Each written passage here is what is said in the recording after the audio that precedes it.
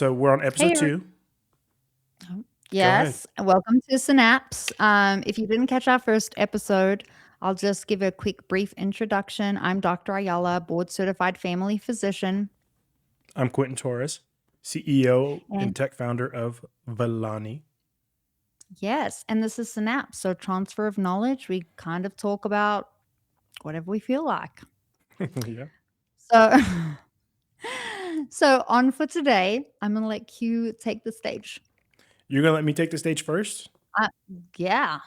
Okay. Well, a little egotistical thing to answer your question Okay. before the show. Valani is live. We are on the Apple Store.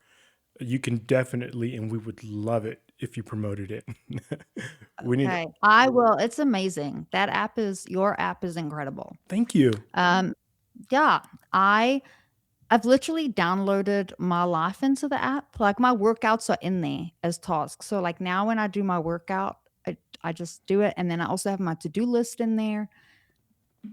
I have my grocery list. Like I don't have to use any other app, You can put which it, is amazing. that's the goal. And eventually you'll have notes, documents. I mean, there's a whole lot of cool stuff we're doing with it. We want it to be the operating system for your personal life, and Yeah, it's all private. It's all built around security. So, thank you for saying that because we've been working hard on it. I bet.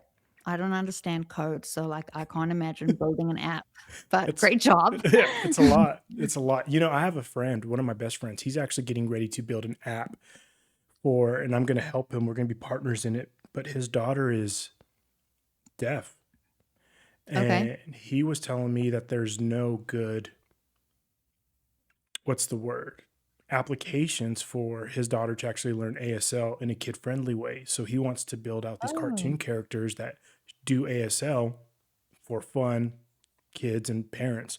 And I thought that was pretty freaking smart. yeah. That is really smart.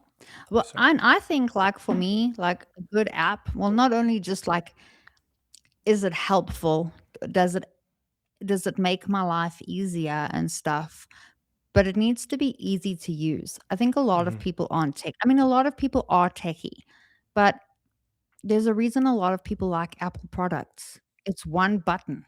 They're simple. Like they're simple and from a tech perspective, it's kind of frowned upon, like, "Apple's so boring, you can't customize it, it's one button." Yeah. But for people like me, And give me me. one button and okay. I would have thought you would have been like a Samsung or No. a. No, well, look, Okay, yeah. I am not a hater of Samsung. I love Samsung.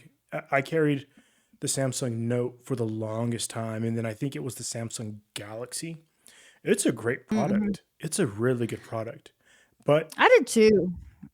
I so had you it had too. Samsung But I just like everything integrates with Apple. ecosystem. I don't know. That Yeah. you said it right there. And they just released, I don't know if you saw, but they just released their newest flagship products, and on that list was their new laptop called Neo, like from the Matrix Neo, and it starts at Yeah. $599. Hmm, So they're going to okay. crush that Chromebook market of laptops underneath $700 for high school kids, middle school kids. Yeah. And no one That's gonna thought be they would awesome. ever go that low in price point. Oh, wow. Yeah, that's awesome. So let's hop into topic one, which is on your list, the topic of expectations of your primary provider.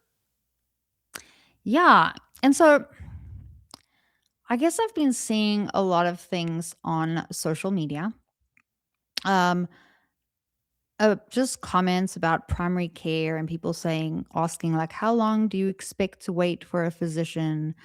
Um, if I have to be on time, why do they run late?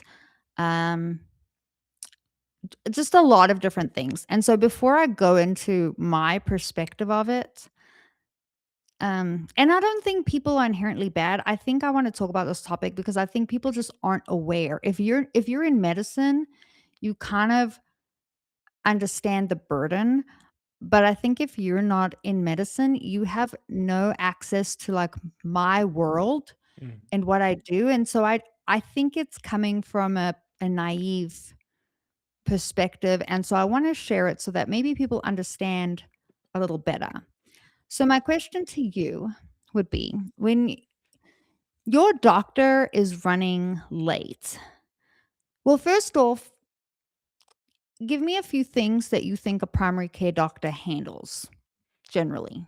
Hmm.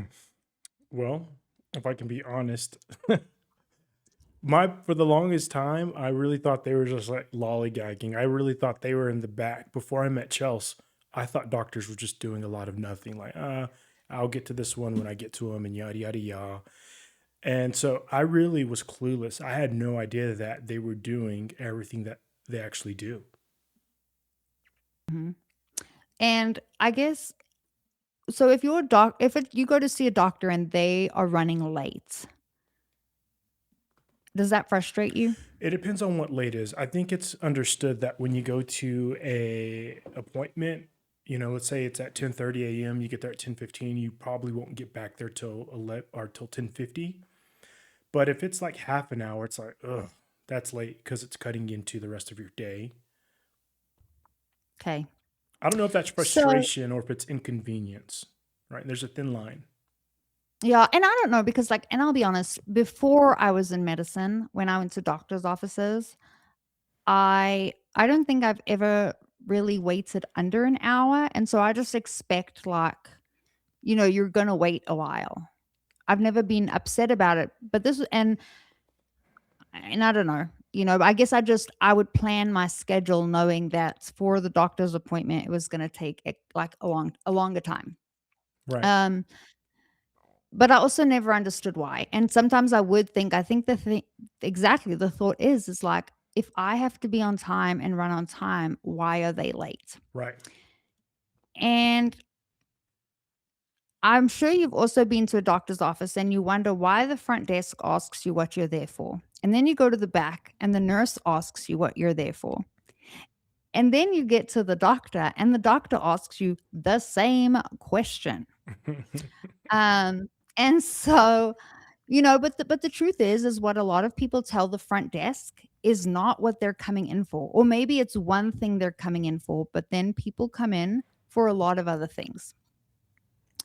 Um, or And we have no idea. Like, I have no idea what's going to be on my schedule. Like, I have no idea what appointment I'm walking into. Oh, you It don't is see that how like the day before? There's not like a well I can precursor. see it, but like, you know, today, today I had an IUD removal. Great. And then that turns into birth control options. And then it also turns into hormones. Mm. Whoa. Yeah, I can I see what was you're saying. prepared for the IUD removal.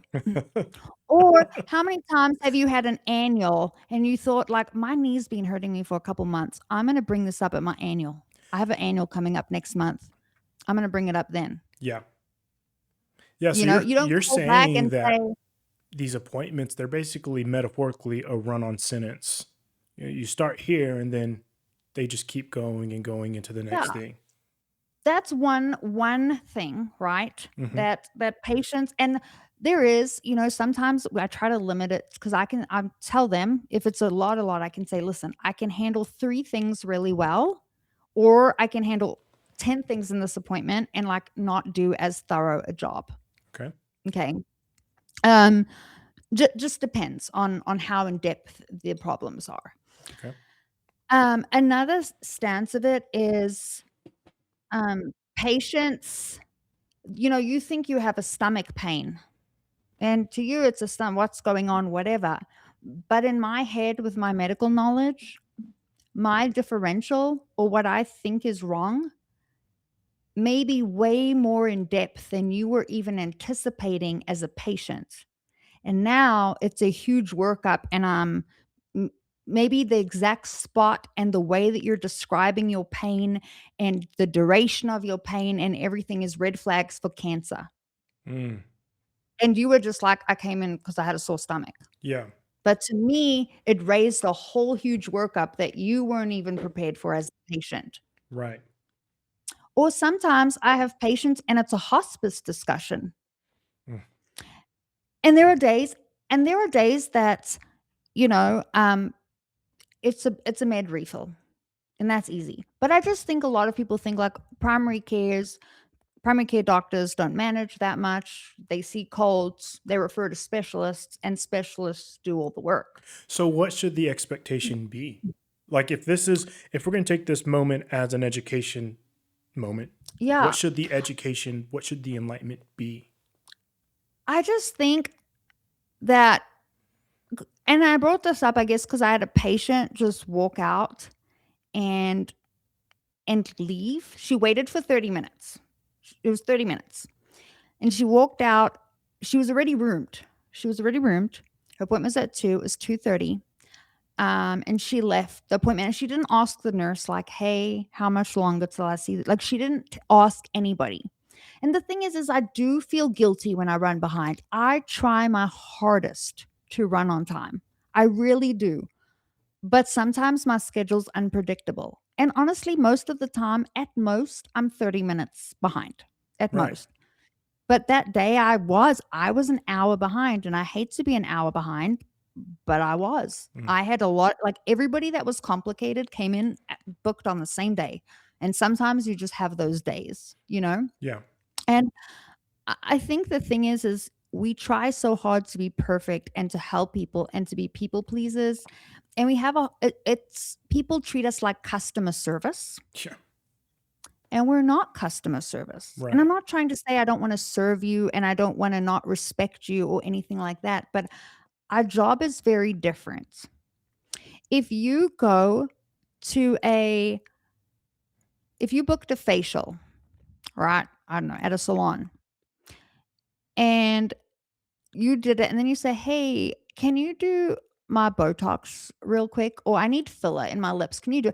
They wouldn't do it right then. They would say, "I have a client next at this time. I need you to go to the front and book." Right. I can't always do that in my line of work. It's not customer service. And there's Right. some things that are really pressing I can't ignore.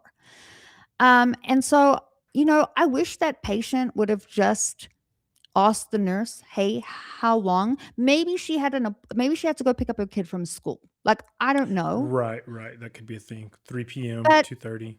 Yeah. yeah, but just ask the nurse, like, "Hey, how much longer is the doctor gonna be?" If that was the case, like, maybe if the nurse had told me, I would have seen what I can do.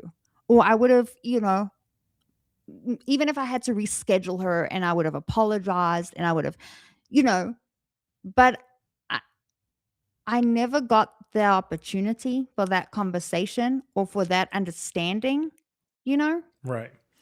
Well, was she Um, clearly frustrated? Like, did she say something? no, I have no idea. She just left. Wait, well, Like, she just pause. So walked we out. shouldn't assume because we don't No, know. we shouldn't assume. We shouldn't assume, but it comes from an Instagram feed on this. I'm on this Mama Tribe thing, Okay.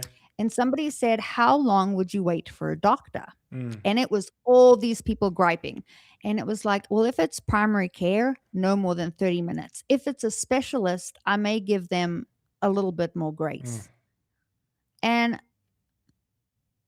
even if whether it's a specialist or primary care, we all we all see a lot of patients. And you're We doing all have important things stuff. You're unexpected. But also my scope, like, if you're a cardiologist, you're just taking care of the heart. If somebody brings up knee pain, they're gonna say, go see ortho or go to your primary. And my job is to figure out which specialist you need to see, if you even need to see one. yeah. Might be something I can manage. Um, I don't know. I just don't think people have that awareness, is what I'm saying. And it's frustrating for me when most of us are perfectionists, most of us want people to like us. We want to serve our patients. We're in a very serving profession. Hmm. And yeah, I don't know, there's just a Yeah. lot I of like think. hate towards us nowadays. And it never used to be Well, like that. I don't think there's hate towards maybe the health industry. For instance, people don't hate new cars; they hate the salesman. It's But we're the face of it. You know what I mean? Doctors are the face of medicine. So we're yeah, easy to label ish. it. I Mm. think. I mean, if you want to say your scapegoat, that's fine. That's fair. I'll conclude with that Sometimes, or concur. sometimes in some cases. Here's the deal, though. when the thing that people need to understand is you also don't want to get it wrong as a doctor. And we have this psychological element to us as human beings that we believe we're the most important person in the world at every given moment. And so, even if we're spectating at a basketball game, we're thinking about how we're looking as we're spectating the actual basketball game. And Mhm. so, when a person is sick or they're feeling under the weather, they believe that their appointment and their time with their provider is more important than the next. And they don't actually truly believe that. It's just how we tend to carry ourselves. I don't think that's entirely I do think you think like and I believe you. When I'm in that room, you are the most important Right. person to me. Yeah. You absolutely are the most important person to me. It's not so much where I guess where I'm going is I just don't think people understand our scope or how it works. So they're not as forgiving. And I feel like Mm, maybe if they understand what we did right. or oh, if this was my grandmother and I had to have a maybe somebody's there for a cold and they're getting frustrated, but they're like, maybe the doctor's having a hospice talk with the patient next door. And if it was my grandmother, would I want her to just be like, "Oh, sorry, time's up, 15 minutes. Gotta go," you Yeah. know? And so, yeah. And I guess that's where it's coming. I think people are angry or hate not because they inherently hate us. I think it's because they don't understand what we do. Yeah. There's a lack of Yeah, there's a lack of enlightenment. exactly. And that's what I guess I'm trying to explain or portray is Hmm. like we we're not customer service in the sense it's not that I don't want to serve you, but it's not an appointment. I don't know. It's not a restaurant or Pause. Can I interject right here? something. Yeah. So I'm going to clean this up for you a little bit and give you the layman's metaphor for the people like me. So Okay. to everyone listening to this, essentially what she is saying is they're not like a packaged restaurant when you come in and it's the same menu item, the same thing. The chefs know what to do, the servers know what to do. When you're in her field, it's almost like somebody comes to the restaurant and when they get there, they're like, oh, I'm craving this and that. And then you, as the chef, have to go into the back and spin up that whole meal, give them the whole experience. And then when the next person comes in, you can't just duplicate that same meal. You have to listen to what they need and what they're craving, go get new ingredients, go back to the kitchen, make a whole new item, a whole new dish, take it out there. And so I think that's what you're trying to say is it's actually Kind very, of. very tailored to the individual, and we Yeah. actually live in a world that is hyper focused on duplication, right? The same type of social Mhm. media posts, the same type of Netflix shows. Everything is copy, paste. Yeah. And you guys can't do that. Well, and I notice my older generation, they come in with books or they come in with things to do. And I think in a generation of everything happens so fast immediately, why am I not getting an answer? Why can't I do this? It's hard. People are not as patient, Yeah, that's not you good. know. And we're Are all you a patient person? at a doctor's appointment for certain things I am. Give me an And but example of something you're I've patient with. waited. I mean, seriously, even before I was a doctor's appointments, and I've asked a few times. I waited 2 hours for a cardiologist once, and it was like an hour and a half. I just stuck my head out and I was like, "Hey, do you know how much longer Yeah, I have?" You know, even an optometrist, I've waited an hour for, and I was like, oh, same thing. I went up to the front. How much longer? Like that's completely reasonable. yeah. I get it. People do have things to do and places to go. Um, I don't know. I'm impatient with certain things, but most of the time I'm pretty patient. I'm patient. Let me put this in perspective. I've waited 4 hours in line for barbecue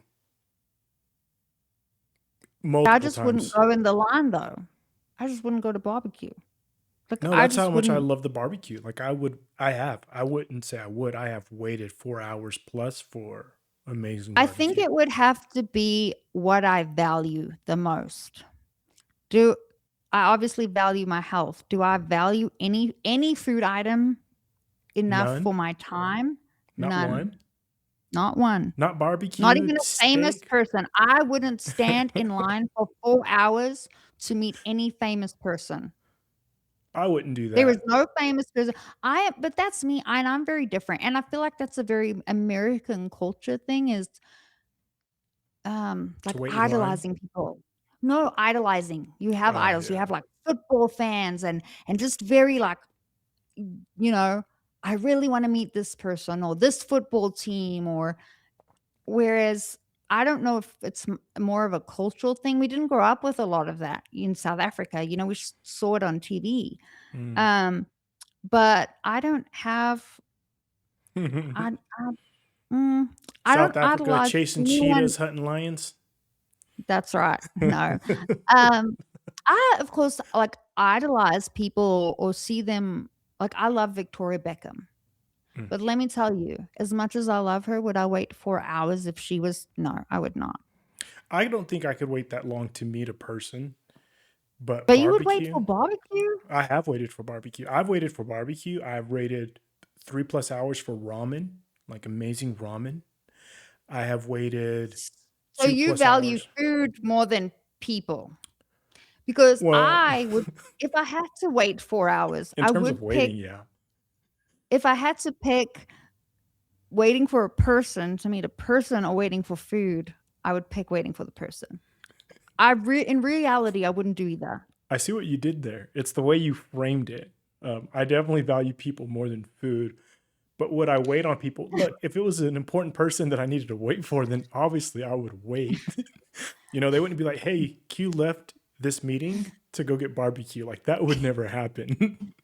But in terms of like what I was really trying to convey is patience in the I know I was just teasing you. okay, yeah, I would wait for an interview though if I was interviewing somewhere, so that would be different, right? mhm, yeah, I yeah, guess again, it goes back to my value. What do I value? right, If for a cardiologist, did I wanna find out what was going on? Absolutely. For the optometrist, did I wanna discuss? Yes. And the thing is, like, if I didn't wait, what other time was I gonna do? But I also scheduled those things on days that I didn't have anything really pressing that I had to go to, and I won't schedule even my hair appointments. right. Um, and they do run on time, like, I don't schedule it without extra time, but I'm a planner too, and not everybody is think a planner, like, Yeah, you're type to A. that level. I'm very type A, Yeah, which and is why it gives me anxiety when I run late. I don't like to run late, and I just think people think doctors don't care, and we do.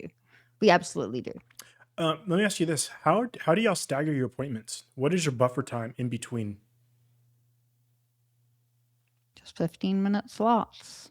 So if I book at 8 a.m., you guys can actually book someone for you also at 8:15 a.m. Mhm. Oh, well, there's the issue there. Is there a Well, it reason why depends they 'cause do there it? are appointments that are not very long. They're just in and out quick. Yeah, and there's appointments that are fine. And, like, yesterday's clinic, the morning was so smooth. It's just you never know. It's really most of the time, it's 1 or 2 patients that put you behind, that Yeah, you have a bunch of stuff that you don't expect, and then once you're behind, it doesn't matter how much you run on time, there's no catching up, and it's not often. It's really not often, but when you come and see somebody once every 6 months or once a year, that's their perception of you. If they happen to book on that one day, right. you're running behind. Well, look, I think you've done a good job in conveying what actually goes on behind the scenes. Tell me about this decision fatigue, emotional fatigue. Um, so yeah, so also, we constantly are solving puzzles all day. Like that's what and it's not simple puzzles.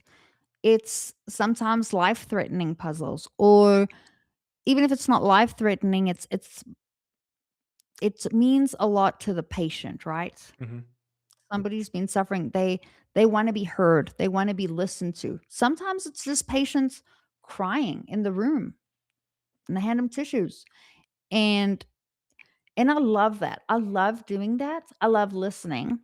But I guess the decision fatigue comes in when, at the end of the day, when you go home, I there is I have 2 small children, and they're very needy.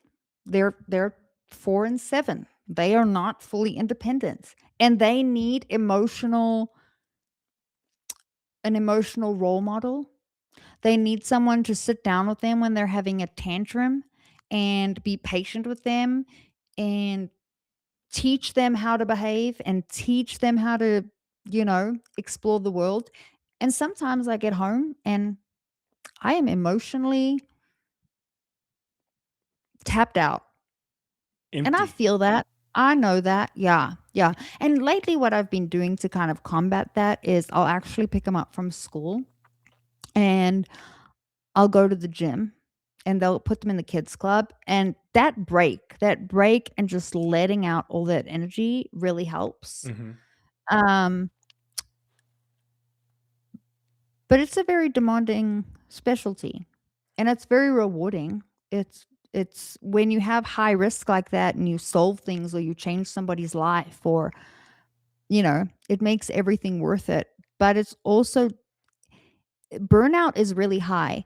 Hmm. Suicide rates in residency is one of the highest. Divorce rates in medicine is one of the highest. Hmm. And there's a reason for that, you know? It's it it's lifestyle, it's the burden we have with the situations we deal with. Because a lot of people make decisions all day, but I also think sometimes it's the weight of the decision. What Right. happens if you make a mistake versus what happens if I make a mistake? Mm. Um, And this is true for the profession at whole. Like oh yeah, nurses, yeah, LVNs, anything. front Yeah, desk, just it's the whole sector, the whole yeah. vertical of And I healthcare. would think who have it really hard, especially like bedside nursing in a hospital, because Hmm. they're with those patients all Yeah, day, I've heard horror and stories about sometimes they're with bedside. like hard patients. You Hmm. never know, and they are wonderful. Nurses are wonderful. Yeah, I'm a firm believer Um, that, especially if it's a male patient, if it's a drug patient or an alcoholic or schizophrenic, I'm a firm believer that female nurses should not be alone in those rooms with those patients. There should always be a male nurse with them, or at least two yeah. nurses. Mm, I think they usually do. I think the thing is like there are there's not a ton of male nurses. Um, and sometimes they do restrain patients for their own safety, if that makes sense. Yeah. I mean, they do. They have restraints and they'll put it if they're very combative or and nurses have, I mean, they've gotten kicked. In doctors, whatever, they've gotten kicked or hit or and patients are not in their right mind, Right. you know? So, do you get Um, tired of making decisions? So, I guess I want to separate the two. There's decision fatigue, and then there is emotional fatigue. I think both. I think in my practice, when I'm in medicine during the day, no. But when I come home, if I have to make another decision, now, if something was an emergency and it was a big decision, that wouldn't bother me. Right. Okay. Or if my kids ask me to, I don't know, do something dangerous and I make the decision to not let them, like, no.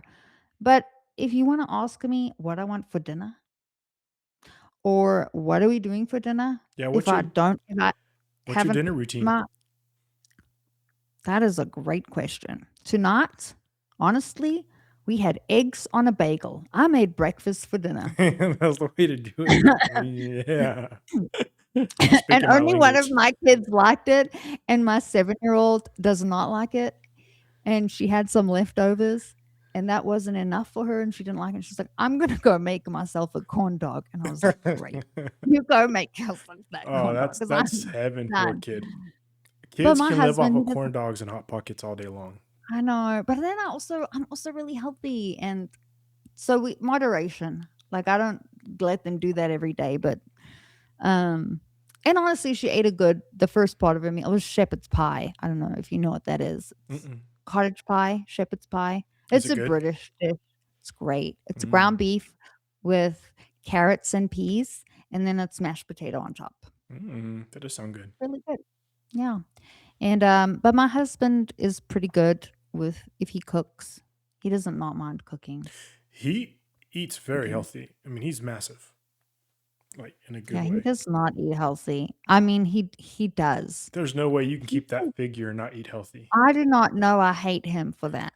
He He is eats so basically much one of the candy. Avengers. He eats so much candy and I don't know. But yes, he's huge. And he doesn't even lift weights. He does plyometrics Oh, and that's cool. He boxes and he does body weight stuff. He doesn't lift because his shoulder bothers him. He's huge. Yeah, he's jacked. He is very I jacked. know. And he still holds the record on our DEXA body composition scan for like Oh, really? leanest person. Yeah. So far.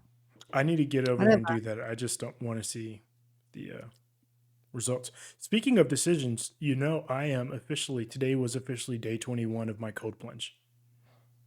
Oh, how's the cold plunge going? It's going, it's going. Here's what I've realized. So every morning, within 30 to 45 minutes of me waking up, I get in and it sits pretty much between 38 degrees to maybe 42 at the top. And on average, it's right Mhm. around 39, 40 degrees. And I get in for 3 minutes at a time. And I have them Okay. actually all on YouTube. Like I'll send you a link if you want to actually see. And the whole purpose of it was I actually don't know the health benefits of a cold plunge. It's not why I did it. I did it because I wanted to do 90 days of doing something very hard, regardless of how I felt about wanting to do it. And day 8 Okay. or day 4 so far was the hardest. Day 4 was the only day that I really did not want to do it. Um, I didn't want to get in, and I was getting ready to make the video and say, I'm done. This was a stupid challenge. I don't know why I chose 90 days, but I pushed through. And here's what I can tell you so far: the cold is the fucking cold. That does Oh, not yeah. change. You know, like with working out, you do get used to the weights you're lifting. You get used to running your 2, 3 miles, and you can always increase your intensity, but your body does get used to that type of training. Yeah. Your body never gets used to the cold.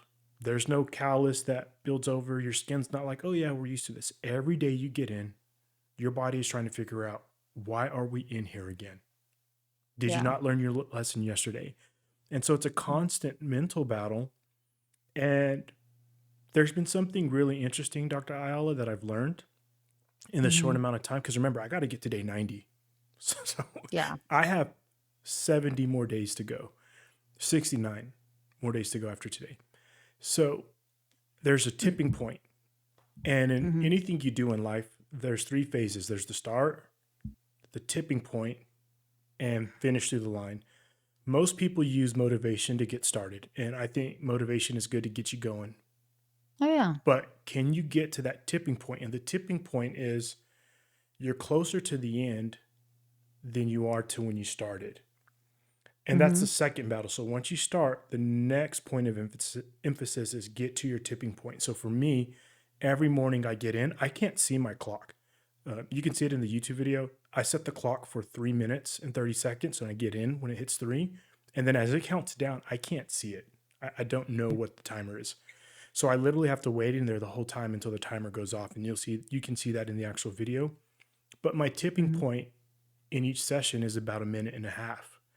And once I get to that minute and a half, then it's about getting to the final minute and actually finishing through the line. So my tipping point in this whole challenge is actually day 45. So I'm not even a third of the way there. And I'm almost halfway to the actual tipping point of the challenge. Once I hit day 46, then it becomes about getting through the finish line. But what I can say is some mornings I need music, some mornings I listen to the birds. Um, but I want to wake up and kind of get it over with. And so, like last night, I worked until midnight or a little past 12:30, and so I didn't wake up until about 8:10, and so I didn't get into the plunge until maybe 8:30. And all I'm thinking Okay. about is if I woke up at 6, I would have already been done, you know? But it's Yeah. going. Your body, the cold is the cold. You don't get used to it. You just deal with it. Yeah. I don't think I would survive that. I have no desire to do a cold plunge. I know it was the in thing and it still kind of is for a lot of people. There's no desire that I would ever do that. Well, and your build too is you wouldn't need to be in 39, 40-degree water. I think high 50s would be just fine. I Like don't know. I've always told myself, like, if I was going to climb Mount Everest, which I never would, that's not my thing. me So, either. but I would die. Like, I would be the person who dies of hypothermia. I am cold so easily. Literally, I feel like my body would shut down. Like, I would die of hypothermia. But speaking of cold, okay, I did this is gonna be the last thing because 30 minutes. Okay. Um, I did a Tough Mudder. Have you ever heard of that? Mm-hmm. You know what that is? Yeah. Okay. And one of the first challenges was, um, sorry, I got this new plate in my mouth and it's the first day and I feel like I'm talking with a lisp, but I'm trying to get used to it. So, That's all right. Sounds good. Sound um, fine. but anyways, the first or second challenge after you run a mile and a half is this huge, or it's not even a huge lake, it's a little lake or pond. I think they dumped like something like 72,000 tons of ice into the water. Okay. Whoa. And they had a block of wood across so that way you have to dunk your head in the middle. You can't go over it. I mean, I guess you could have gone over it, but you have to dunk your head and then swim the rest of the way. And they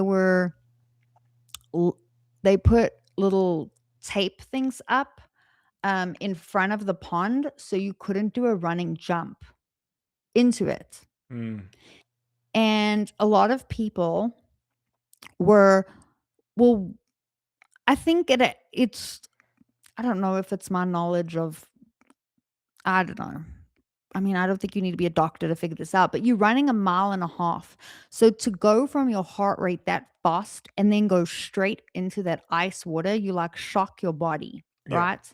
Yep. So some people ran and jumped in and their body got shocked. So many people were airlifted out of that thing. There was one, and then there was another girl that people were trying to tiptoe in there, Mm. and they were also getting airlifted out. I don't know what happened or what Just happened in their airlift on mind. airlift on Like, airlift. my husband said there was one girl that literally was into her ankles, was just standing there, Oh my freaked out, gosh. and they literally had to come in and get her, and he was like, "I don't know why she didn't just walk out." But I'm wondering if, like, that cold and your body just I don't know. I don't know what would happen, but, Yeah. Well, look, um if you look at any of my videos every morning, mhm, yeah. the first 10 to 30 seconds, and you can't start at the degrees I'm at. You have to start like in the 50s because your body does shock and it does freak out. And if you don't Oh, get your yeah, breathing down, it thinks you're going to die and it's yeah. trying to So do when I did everything. it, I jumped as far as I could jump.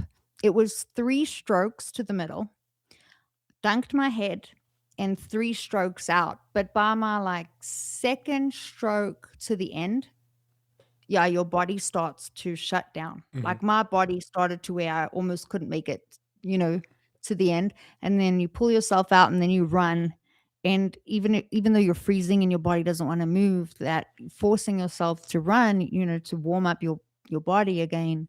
But it was just kind of crazy how many people, I mean, it is mental, and the whole thing about the Tough Mudder is it's doable, it's just it tests your fears, your Right. fears, more of your mental capacity. Yeah. But Though, to do that, some of that stuff, not all, but some of that, you need to prepare your mind for it yeah. because it's if your body thinks you're dying and mentally you don't know that you're not going to die, then your mind is in sync with your body and then it just wants to shut down. And so, yeah, that's probably that. Let me give you another example, then we can hop off. But that's like whenever, we do sparring and stuff at the gym and we're doing Mhm. MMA, there's always these guys who come in for the first time and they want to start fighting and punching and they want to just go hard. And you're like, hey, bud, relax. Yeah. Let's learn the fundamentals. You know, we're all white belts today. Let's like take it easy. But they've seen UFC and they've seen, John Wick, and they want to get in there and just start throwing these kicks and these punches. And then before you know it, they've been submitted, they're blacked out. Like, just, it's not good. And so, with some of these extreme challenges, I'm all for them, but try to get your mind ready, try to get your body prepared so you don't end up airlifted. Yeah. Yeah. I mean, I think, sometimes, Did you finish it's it? a fun. Oh, yeah, I finished it. Yeah. And you could have gone around any of they say, like, you can go around anything you don't wanna do, but I'm too competitive to not have done Well, that's right. everything, and yeah, it was fun. It was fun. It was 13 miles, and it was fun. It was a long time ago. Wow. I was, like, 21, so it was a I've never long done one time of ago. those. They're fun. I would do it again. Honestly, my best part about it was the camaraderie because you really can't get through it without a team, or not Mm, even a team. We were all everybody on my team was short. And there was one thing, which was a half pipe that you have to run up and like literally you're hoping somebody catches your hand mm, and pulls you up. Okay. And so it was a lot of these like I don't know if they were military, but just these really buff guys that were helping a lot of the people to complete that that's task. cool. And there was also really, really high um walls that you have to climb over. And I don't even like I don't remember exactly how it was, but I know we were all too short to be able to have done that. Hmm. We had a pretty tall, muscular, maybe man or something give us a lift or something to like start us Right. on the wall because there's no grip. There's nothing that we could have like climbed up or and so I think that was the best part about it is camaraderie Yeah. just amongst everybody. And it was fun. It was so much fun. So yeah, I loved it. Okay. Episode 2 officially in the books. Yeah, I liked it. It was a little all over, but that was okay. It was good. Episode That's 3 who next we week. are. You still in? Sounds good. Of course. Are you? Okay. Yeah. Yeah. No, I quit. Okay. Dang. Just me then. Just all medical stuff. Okay. Bye. Bye.